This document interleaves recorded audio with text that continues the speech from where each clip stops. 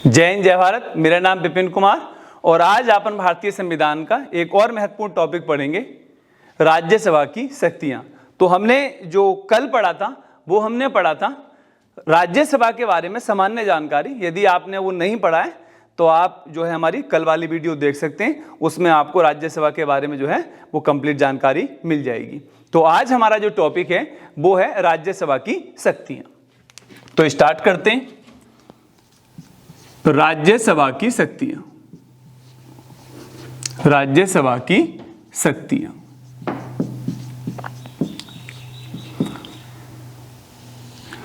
देखिए, राज्यसभा के पास कुछ विशेष शक्तियां हैं।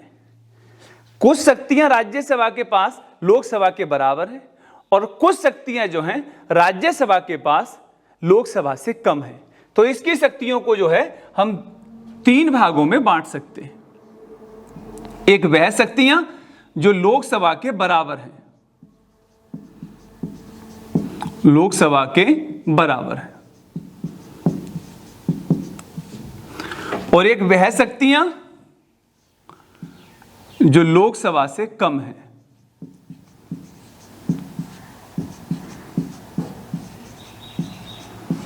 और एक वह शक्तियां जो विशेष शक्तियां हैं।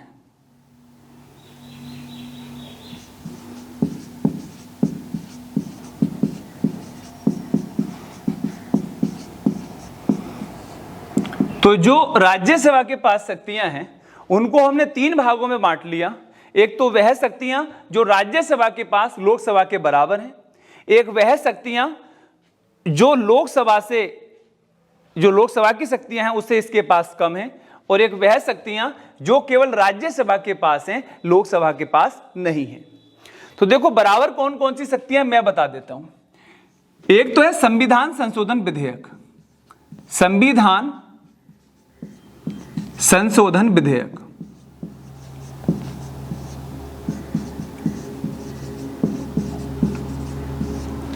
देखो, यदि संविधान में आपको संशोधन करना है तो वह जो संविधान संशोधन विधेयक होगा वह लोकसभा से भी 2/3 बहुमत से पारित होगा और वह राज्यसभा से भी 2/3 बहुमत से पारित होगा। जब दोनों सदनों से 2/3 बहुमत से पारित हो जाएगा, उसी के बाद जो है वह भारत के राष्ट्रपति के पास अनुमति के लिए जाएगा। क्लियर है? यदि राज्यसभा से वह 2/3 बहुमत से पारित ना हो पाए तो वह विधेयक जो है वो समाप्त हो जाता है। तो हम ये कह सकते हैं कि संविधान संशोधन के संबंध में लोकसभा और राज्यसभा के पास बराबर शक्तियां हैं, क्योंकि वह संविधान संशोधन विधेयक लोकसभा से भी 2/3 बहुमत से पारित होता है और भैया वह राज्यसभा से भी जो है वो 2/3 बहुमत से पारित होता है। तो इस संबंध में लोकसभा तथा राज्यसभा के पास क्या है, बराबर शक्तियां हैं। अगला है भैया राष्ट्रपति पर महाभियोग। राष्ट्रपति पर महाभियोग।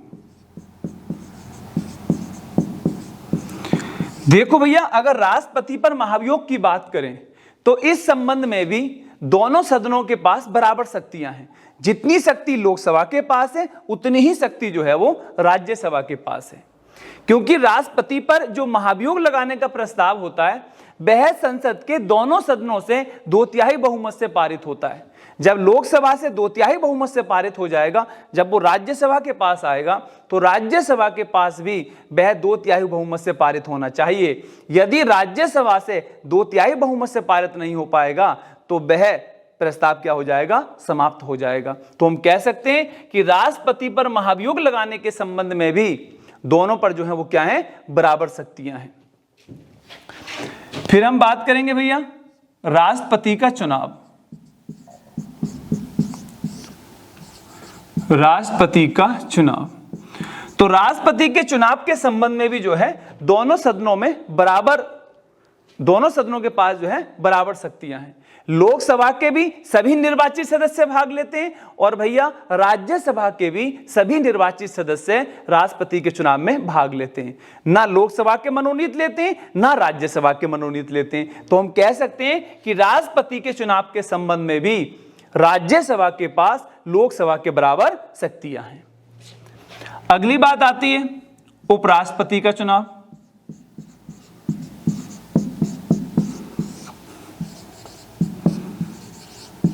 उपराष्ट्रपति का चुनाव। उपराष्ट्रपति के चुनाव के संबंध में हम कह सकते हैं कि लोकसभा के सभी सदस्य भाग लेते हैं, तो ठीक उसी प्रकार राज्यसभा के भी सभी सदस्य जो हैं वो उपराष्ट्रपति के चुनाव में भाग लेते हैं। तो इस संबंध में भी लोकसभा और राज्यसभा की आपस में क्या होती हैं, बराबर शक्तियां होती हैं। अगली बात करेंगे आपातकालीन उपबंध।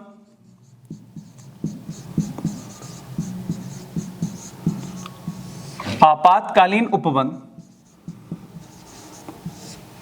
जो आपातकालीन उपबंध होते हैं अनुच्छेद 352, अनुच्छेद 356 और अनुच्छेद 360, राष्ट्रीय आपातकाल, राष्ट्रपति शासन और वित्तीय आपातकाल।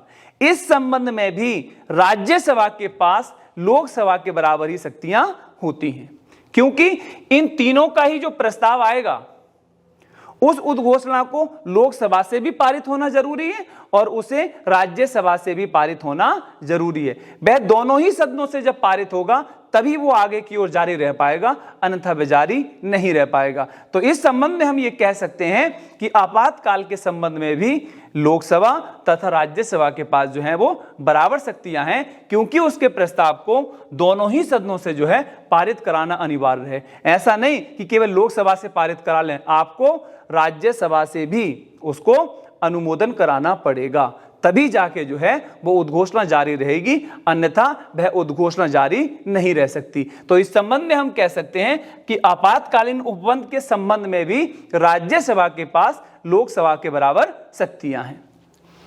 अब कि वह कौन सी शक्तियां हैं जो राज्यसभा के पास कम है और लोकसभा के पास ज्यादा हैं, तो भैया पहली शक्ति है धन विधेयक के संबंध में। जो पहली शक्ति है वो धन विधेयक के संबंध में।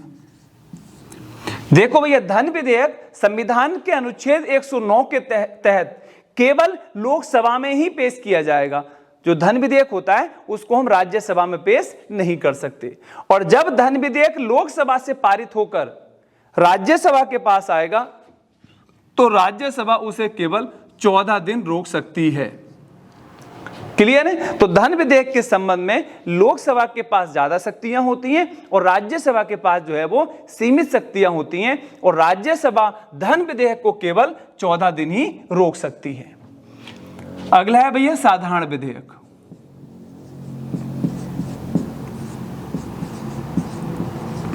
अगला है भैया साधारण विधेयक। साधारण विधेयक के संबंध में क्या है कि जब साधारण विधेयक लोकसभा से पारित होकर राज्यसभा के पास आएगा तो राज्यसभा उस साधारण विधेयक को अधिकतम 6 माह ही अपने पास रोक सकती है, वह उस विधेयक को समाप्त नहीं कर सकती। तो हम कह सकते हैं कि साधारण विधेयक और धन विधेयक के संबंध में जो है लोकसभा के पास ज्यादा शक्तियां होती हैं, जबकि वो लोकसभा के पास ज्यादा शक्तियां होती हैं और राज्यसभा के पास जो है वो कम शक्तियां होती हैं, क्योंकि राज्यसभा धन विधेयक को केवल 14 दिन रोक सकती है और साधारण विधेयक को जो है वो 6 माह रोक सकती है, परंतु साधारण विधेयक को राज्यसभा समाप्त नहीं कर सकती। अब बात करते हैं कि विशेष शक्तियां कौन सी हैं। भैया विशेष शक्तियां वह शक्तियां हैं जो केवल राज्यसभा के पास हैं, वह शक्तियां लोकसभा के पास नहीं हैं। देखो, एक है अनुच्छेद 249, और अनुच्छेद 249 ये कहता है यदि राज्यसभा राज्य सूची के किसी विषय को 2/3 बहुमत से प्रस्ताव पारित करके राष्ट्रीय महत्व का घोषित कर दे तो राज्य सूची के विषय पर संसद को कानून बनाने का अधिकार मिल जाता है। देखो भैया, हमारी 7वीं अनुसूची है, तो 7वीं अनुसूची में क्या है, केंद्र तथा राज्य के मध्य शक्तियों का बंटवारा है। संघ सूची के विषयों पर केंद्र सरकार कानून बनाती है, संसद कानून बनाती है। राज्य सूची के विषयों पर राज्य का विधानमंडल कानून बनाता है, और समवर्ती सूची पर केंद्र सरकार भी कानून बना सकती है और राज्य सरकार भी कानून बना सकती है। परंतु अनुच्छेद 249 में राज्यसभा के पास यह शक्ति है कि वह 2/3 बहुमत से प्रस्ताव पारित कर राज्य सूची के किसी विषय को राष्ट्रीय महत्व का घोषित कर राष्ट्रीय महत्व का घोषित कर उस पर कानून बनाने का अधिकार जो है वह संसद को दे सकती है। परंतु इस प्रकार से जो कानून बनाया जाएगा वह कानून जो है केवल 1 वर्ष के लिए प्रभावी रहेगा, 1 वर्ष के लिए प्रभावी रहेगा। क्लियर है? तो अनुच्छेद 249 ये कहता है कि यदि राज्यसभा 2/3 बहुमत से प्रस्ताव पारित करके राज्य सूची के किसी विषय को राष्ट्रीय महत्व का घोषित कर दे तो उस पर कानून बनाने का अधिकार संसद को मिल जाता है। और इस प्रकार से संसद उस विषय पर जो कानून बनाएगी भैया वह कानून जो है 1 वर्ष के लिए प्रभावी रहेगा। 1 वर्ष के बाद वह कानून जो है समाप्त हो जाएगा। और 1 वर्ष के बाद यदि उस कानून को आगे की ओर जारी रखना है तो आपको फिर राज्यसभा से 2/3 बहुमत से पारित कराना पड़ेगा और उसके बाद संसद फिर उस पर कानून बनाएगी, फिर 1 वर्ष के लिए प्रभावी रहेगा। इस प्रकार 1 वर्ष के बाद राज्यसभा के द्वारा विशेष बहुमत से प्रस्ताव पारित करके उस पर कानून को अनंत काल तक बढ़ाया जा सकता है। तो हम कह सकते हैं यह जो पावर है राज्यसभा के पास, ये इसकी विशेष पावर है, यह पावर लोकसभा के पास नहीं है। एक लास्ट पावर के बारे में और बात करेंगे। एक है भैया अनुच्छेद 312। अनुच्छेद 312 क्या कहता है कि राज्यसभा 2/3 बहुमत से प्रस्ताव पारित करके नई अखिल भारतीय सेवाओं के सर्जन करने का अधिकार संसद को दे सकती है। मतलब जो हमारी राज्यसभा है वह राज्यसभा यदि 2/3 बहुमत से प्रस्ताव पारित करके नई अखिल भारतीय सेवाएं, नई अखिल भारतीय सेवाएं या नई अखिल भारतीय सेवाओं के सर्जन का अधिकार संसद को दे सकती है और संसद इस पर जो है फिर नई अखिल भारतीय सेवाओं का सर्जन कर देगी। जैसे IAS है ये अखिल भारतीय सेवा है, जो IPS है ये अखिल भारतीय सेवा है, जो IFS है वो कैसी है भैया, अखिल भारतीय सेवा है। तो अखिल भारतीय सेवाओं के सर्जन करने का जो अधिकार है वह राज्यसभा के पास है अनुच्छेद 312 के तहत। वह अधिकार लोकसभा के पास नहीं है। तो यह अधिकार कैसा हो गया, इसका विशेष अधिकार हो गया।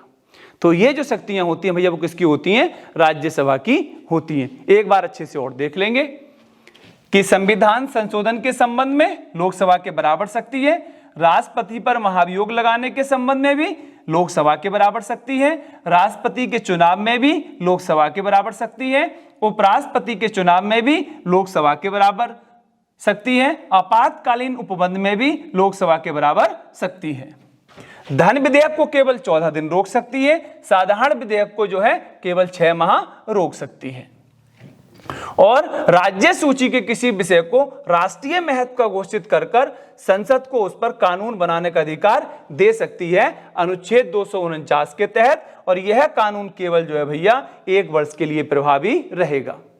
और अनुच्छेद 312 के तहत नई अखिल भारतीय सेवाओं के सर्जन करने का अधिकार जो है वो राज्यसभा के पास है। यदि राज्यसभा 2/3 बहुमत से प्रस्ताव पारित करके संसद को देती है तो संसद उस पर फिर जो है वो नई अखिल भारतीय सेवाओं का सर्जन कर सकती है।